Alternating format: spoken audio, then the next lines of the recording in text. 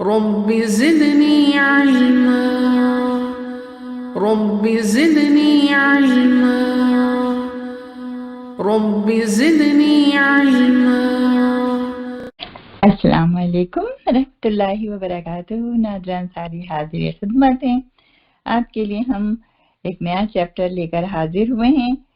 اعوذ باللہ من الشیطان الرجیم. بسم اللہ الرحمن الرحیم. نحمدہ و نصلی علی رسولہ الکریم وعلی ازواجہ و اصحابہ و ذریاتہ اجمعین. تو آئیے ہم جو ہیں منصوبات کا مطالعہ کر رہے ہیں، اور اس میں ہم جو ہے آج جو جس کا ہم کریں گے مطالعہ وہ ہے نصب علی نزع الخافض. اب یہ کیا ہوتا ہے؟ نزع جو ہے یہ نون زا عین اس کا مادہ ہے. باب ضربہ سے یہ آیا ہے نزعن، نزع ینزع نزعن. اسی طرح خافض کو لے لیں آپ تو خاف داد اس کا مادہ ہے. باب ضربہ سے یہ بھی آتا ہے تو خفضا یخفض خفضا، یہ مصدر بھی گیا اس کا. تو نزن کے مطلب ہوتا ہے کہ دور کرنا، اور خفضن کا مطلب ہوتا ہے پست کرنا. تو یہ نصب علی نزع الخافض کب آتا ہے؟ جب جملے میں کوئی حرف جر جیسے من، الی، فی اور علی یہ محذوف ہو، اور اس کے علاوہ کیا ہے ظرف بھی محذوف ہو سکتا ہے. اندہ، قبل، بعدہ یہ بھی کبھی محذوف ہوگا. تو جب یہ دو چیزیں محذوف ہوں گی تو پھر اس کی غیر موجودگی میں اسم نسبی حالت میں آتا ہے. محذوف آپ سمجھتے ہیں نا، محذوف کا مطلب ہے کہ وہ موجود وہاں نہیں ہے. تو جب یہ چونکہ نہیں ہوتا تو اس لیے اسم کو نصب حالت میں رکھتے ہیں.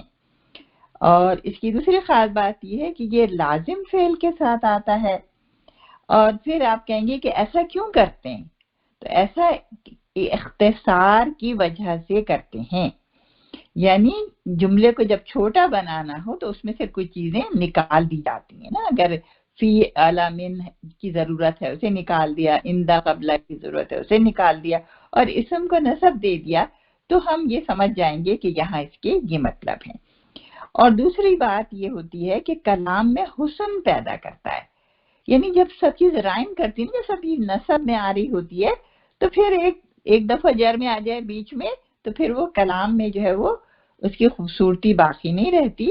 تو کلام کی خوبصورتی کی وجہ سے نصب علی خافض کیا جاتا ہے، اختصار کی وجہ سے نصب علی خافض کیا جاتا ہے، اور اختصار کو ہم ایجاز بھی کہتے ہیں. تو آئیے ہم آپ کے سامنے ایک مثال رکھتے ہیں. وَاخْتَارَ مُوسَىٰ قَوْمَهُ 70 رَجُولًا. اس کے معنی کیا ہے؟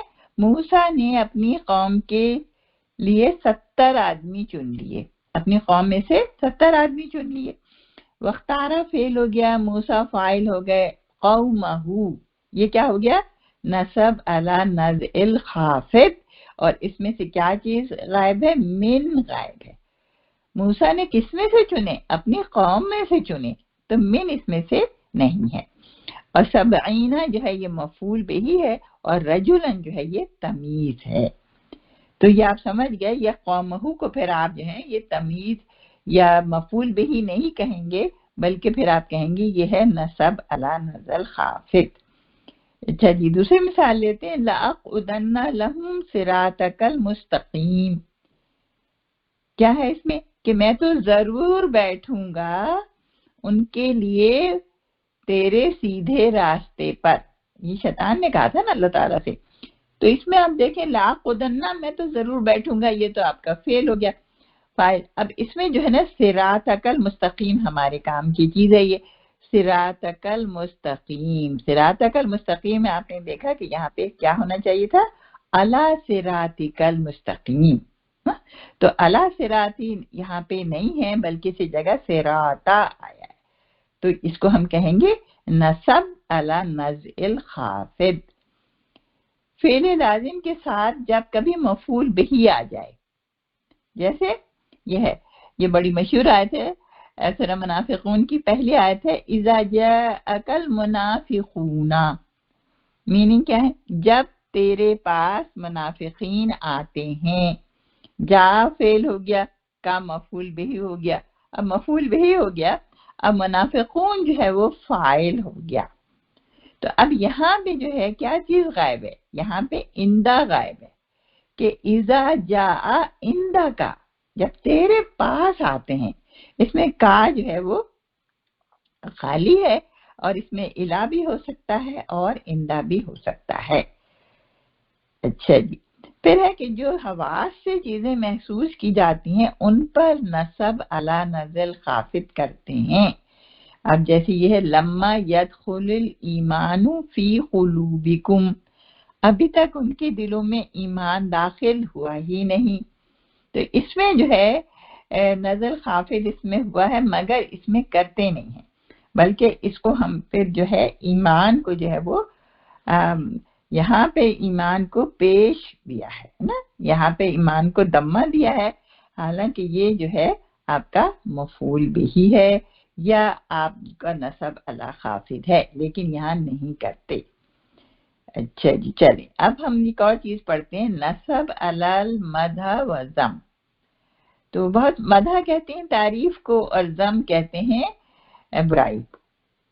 تو یہ افعال ہوتے ہیں، یہ وہ افعال ہوتے ہیں جو نصب میں آتے ہیں، کیونکہ ہمارا منصوبات چل رہے ہیں نا، تو اس میں یہ نصب علی المدح و ذم بھی آ گئے کہ یہ وہ افعال ہوتے ہیں جو نصب میں آتے ہیں، کسی اسم کی مدح یعنی تعریف یا ذم یعنی مذمت کے لیے استعمال کیے جاتے ہیں.